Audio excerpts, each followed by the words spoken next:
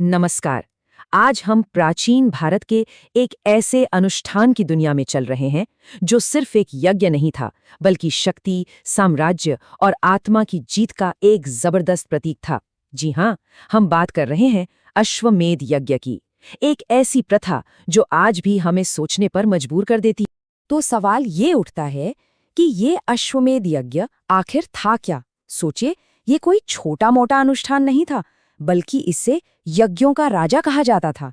ये किसी भी शासक के लिए अपनी शक्ति का सबसे बड़ा ऐलान था, उनकी हुकूमत का अंतिम प्रमाण।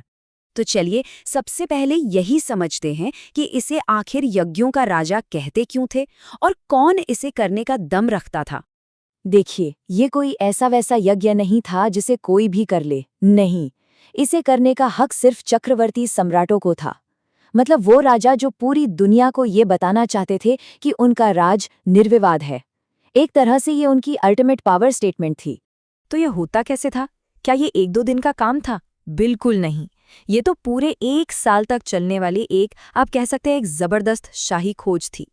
चलिए इसके प्रोसेस को समझते हैं। तो सबसे पहले एक खास घोड़े को चुना जाता था। ये घोड़ा सिर्फ एक जानवर नहीं, बल्कि राजा की शक्ति का जीता जागता प्रतीक था। फिर उसे 1 साल के लिए आजाद छोड़ दिया जाता था घूमने के लिए, और उसके पीछे पीछे चलती थी राजा की पूरी सेना। अब मजे की बात देखिए, ये घोड़ा जिस भी राज्य में घुसता, उस राजा के पास सिर्फ 2 ही रास्ते होते थे। या तो वो बड़े राजा की हुकूमत मान ले, या फिर युद्ध के लिए तैयार हो जाए।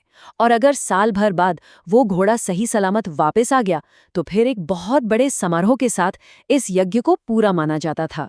तो सवाल ये उठता है कि कोई राजा इतना बड़ा, इतना महंगा और इतना जोखिम भरा यज्ञ आखिर करता ही क्यों था?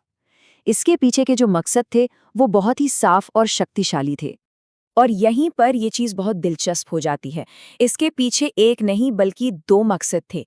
एक तरफ तो ये एक बिल्कुल पॉलिटिकल मूव था, अपने साम्राज्य को बढ़ाना, अपनी धाक जमाना, और दूसरी तरफ इसका एक स्पिरिचुअल एंगल भी था।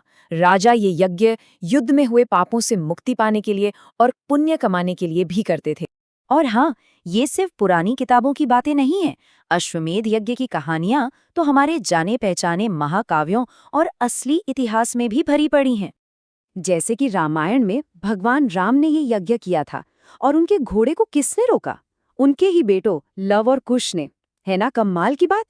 महाभारत में देखें तो युधिष्ठिर ने कुरुक्षेत्र के महायुद्ध के बाद प्रायश्चित के लिए ये यज्ञ किया। और ये सिर्फ कहानियां नहीं है, इतिहास में समुद्रगुप्त जैसे महान सम्राटों ने भी ये यज्ञ किया है, जिसके हमें सिक्के और शिलालेखों से पक्के सबूत मिलते हैं।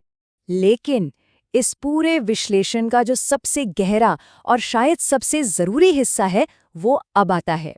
इस बाहरी शक्ति प्रदर्शन के अलावा अश्वमेध यज्ञ का एक बहुत गहरा, एक सिंबॉलिक मतलब भी है।